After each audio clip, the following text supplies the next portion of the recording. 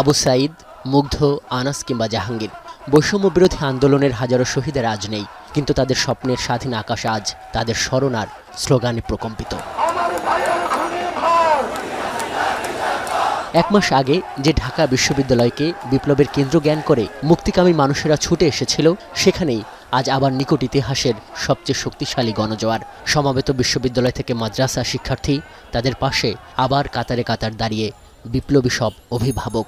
স্মরণ মিছিলে নিশ্চুপে দাঁড়িয়ে থাকতে দেখা গেছে শহীদ পরিবারের সদস্যদেরও। জানি না, আমি বাবা হারা, আমার বাবা আমি চাই আমার বাবা হত্যার বিচার চাই। আমার সংসার চালানোর মতন এমন আর পাশে কেউ নাই, আমার দুইটা মেয়ে।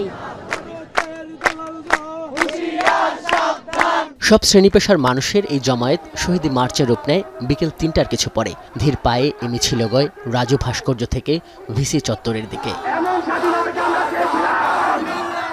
গণহত্যার বিচার আর নতুন বাংলাদেশের স্বপ্নমুখর এই পদযাত্রা একে একে পাড়ি দেয় নীলক্ষেত, সায়েন্স ল্যাব আর কলাবাগান। বিকেল 4:30 নাগাদ শহীদি মিছিল অতিক্রম করে জাতীয় সংসদ ভবন। মানুষের অধিকারের কথা বলার পবিত্র যে স্থাপনাটিকে এক দশকের বেশি সময় ধরে করায়ত্ত করে রেখেছিল দেশের মানুষের মুখে ফেরা পতিত স্বৈরাচার। বিকেল 5টা বেজে যায় ফার্মগেট, কারওয়ান বাজার আর বাংলা মোটর অতিক্রম করতে।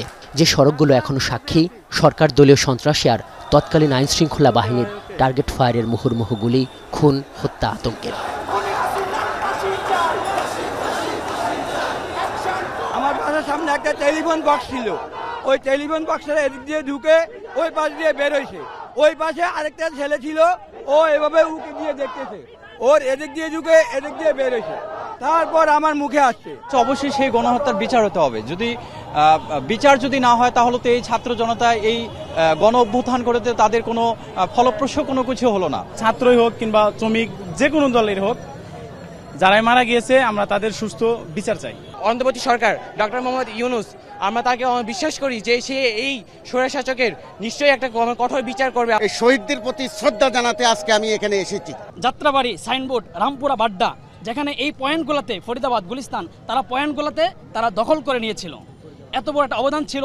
আমাদের শহীদ সংখ্যা এখানে একটা 73 থেকে বলা হয়েছে, 73 থেকে 80 জনের মতো, 80 জন শহীদ হয়েছে এই পর্যন্ত রিপোর্ট এসেছে। আমার আবু সাঈদ ভাই, আমার মুগ্ধ ভাই থেকে শুরু করে আমার সাধারণ জনতা যেভাবে রক্ত ঢেলে দিয়েছে, তাদের বিচার প্রক্রিয়া কোনোভাবেই পিছানো যাবে না। এই শহীদ মিনারে সর্বস্তরের মানুষ এখন বাক স্বাধীনতা নিয়ে কথা বলছে। এর থেকে আর কি দরকার বলেন একটা দেশের মানুষ হিসাবে? খুনি হাসিনার আমরা ফাঁসি চাই।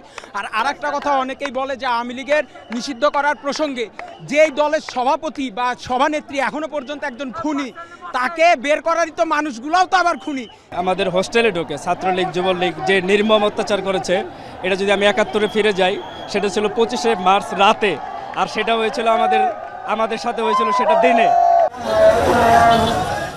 এই শোকযাত্রা যখন বিপ্লবের কেন্দ্র শাহবাগে পৌঁছায়, তখন 5 সেপ্টেম্বরের সূর্য অস্তগামী।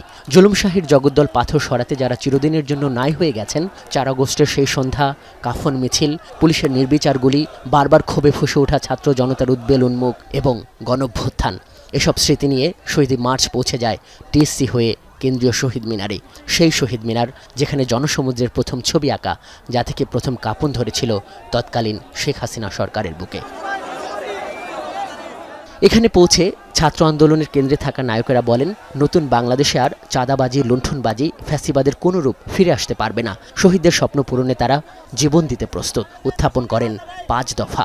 আমাদের প্রথম দাবি, গণহত্যাকারীদের দ্রুত গ্রেফতার করে বিচার শুরু করতে হবে। যারা ফ্যাসিস্টের চিন্তা তাদের মস্তিষ্কে বিন্দুমাত্র ধারণ করে, তাদেরকে হুঁশিয়ার করে বলতে চাই, এই স্বাধীন বাংলাদেশে 5ই আগস্টের পর থেকে কেউ ভুলেও নতুন করে ফ্যাসিস্টের দোষর সাজার বিন্দুমাত্র চেষ্টা করবেন না। পরবর্তী দেশকে রক্ষার যে লড়াই, দেশকে পুনর্গঠনের যে লড়াই, সে লড়াই আমাকে চালিয়ে যেতে হবে। যারা আবার পুনর্গঠিত হচ্ছিল আমরা আপনাদেরকে বলছি, আপনারা এই 5 সেপ্টেম্বরকে মনে রেখে আপনারা পরবর্তী সিদ্ধান্ত নেবেন। ফ্যাসিবাদকে বাংলার জমিন থেকে বিদায় করেছে, ফ্যাসিবাদকে বাংলাদেশে আবার পুনর্বাসন করার চেষ্টা করে বাংলার ছাত্র জনতা হাজারো ছাত্র জনতার এই অভিযাত্রা যখন শেষ হয় তখন রাত নেমে এসেছে। নিঃশব্দের গহীনে উজ্জ্বল শহীদদের স্মরণ, গণ অভ্যুত্থানের স্মৃতি আর রাষ্ট্র সংস্কারের একরাশ স্বপ্ন নিয়ে ঘরে ফেরেন বিপ্লবী ছাত্র জনতা। এই ছাত্র জনতা গণ অভ্যুত্থান ঘটিয়েছেন, পতন ঘটিয়েছেন দেশের ইতিহাসের সবচেয়ে বড় কর্তৃত্ববাদী শাসককে। শহীদি এই মার্চ থেকে তারা এটাই জানান দিচ্ছেন, আবার যে কোনো সংকটে, যে কোনো ষড়যন্ত্রে তারা ঐক্যের এই দৃশ্যপট বারবার নির্মাণ করতেই থাকবেন। কেন্দ্রীয় শহীদ মিনার থেকে আজহার লিমন, এখন, ঢাকা।